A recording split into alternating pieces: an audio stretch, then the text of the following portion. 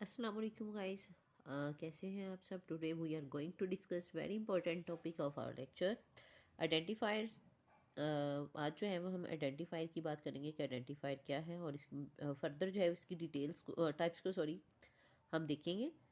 तो आपने इस लेक्चर को जो है वो बहुत अच्छे से अंडरस्टैंड करना है, बहुत ही इंपॉर्टेंट टॉपिक है ये। तो हम शुरू करते हैं अपना लेक्चर। पहले हम इसकी डेफिनेशन देख लेते हैं। The identifiers are the names used to represent variables, constants, types, functions and labels in the programs। ठीक है, आइडेंटिफायर क्या है? ये प्रोग्राम में जो है वो रिप्रेजेंट करता है किसको? Variable, constant, types, functions and labels को। Okay, identifier is an important feature of all computer languages. Identifier use किन लैंग्वेजेस में होता है? कंप्यूटर लैंग्वेजेस में यूज़ होता है। ये बहुत ही इंपॉर्टेंट फीचर है कंप्यूटर लैंग्वेज का। ठीक है, a good identifier name should be descriptive but short.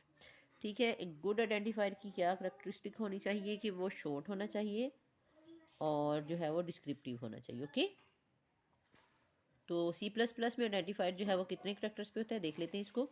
N identifier in C plus plus में consist of 31 characters.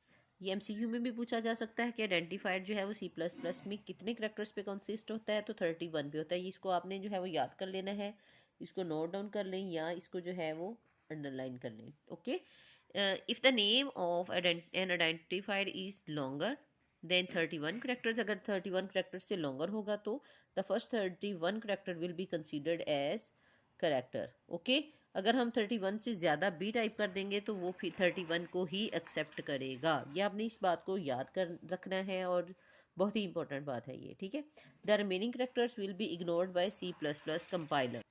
It's means कि अगर 31 करेक्टर से हम ज़्यादा का लिख देते हैं करेक्टर, तो वो जो है वो 31 प्लस को जो है वो कंसीडर करेगा और 31 से जो एक्स्ट्रा होंगे उनको वो कंपाइलर जो है वो इग्नोर कर देगा। ठीक है, तो इसको हम देख लेते हैं कि इसके लिखने के रूल्स क्या क्या हैं। The first character must be an alphabetic और अंडरस्कोर।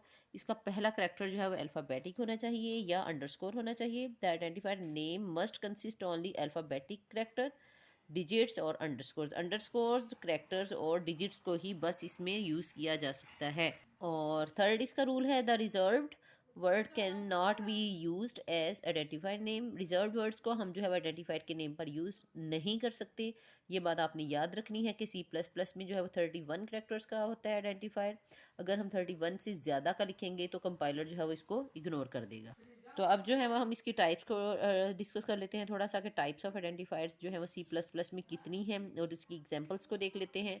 एक इसमें जो है वो C plus plus provides the following types of identifiers. एक स्टैंडर्ड आइडेंटिफायर होता है, इसकी एग्जांपल को फिर हम देखेंगे। एक दूसरा होता है यूज़र डिफाइंड आइडेंटिफायर। ओके, तो पहले हम स्टैंडर्ड आइडेंटिफायर को देख लेते हैं। Are type of identifier that है special meaning in C plus plus, जिसका एक ख़ास मतलब होता है आइडेंटिफायर का, उसको हम स्टैंडर्ड कहते हैं। और C plus plus can not use a standard identifier for its original purpose और इफ़ इट इज़ रीडिफाइंड। ठीक है, इसको जो है वो आइडेंटिफायर को ओरिजिनल पर्पज़ के लिए हम इसमें यूज़ कर नहीं कर सकते। इसकी एग्जांपल क्या है इसको हम देख लेते हैं। इसकी एग्जांपल है जी, cout and cin are example of standard identifier. these are the names of input output objects defined in standard input output library iostream.h। ठीक है, ये इसकी एग्जांपल है, इसको आपने अच्छे से याद कर लेना है। और इसको जो है वो एग्जांपल जब आप कोई डेफिनेशन लिखते हैं और इसके साथ एग्जांपल लिखते हैं तो फिर आपको फुल मार्क्स मिलने के जो है वो चांसेस ज़्यादा हो जाते हैं।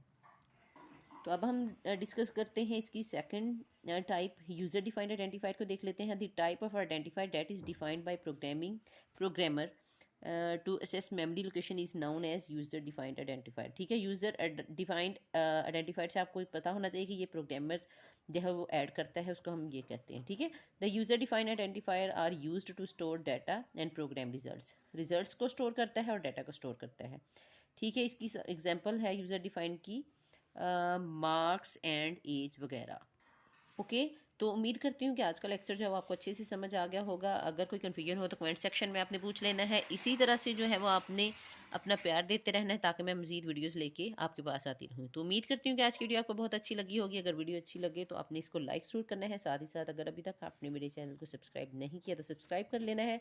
नेक्स्ट वीडियोज़ के साथ आपकी खिदमत में फिर से हाजिर होंगी। तब तक के लिए अपना ढेर सारा ख्याल रखना है और मुझे दुआ में याद रखना है। अल्लाह हाफिज़।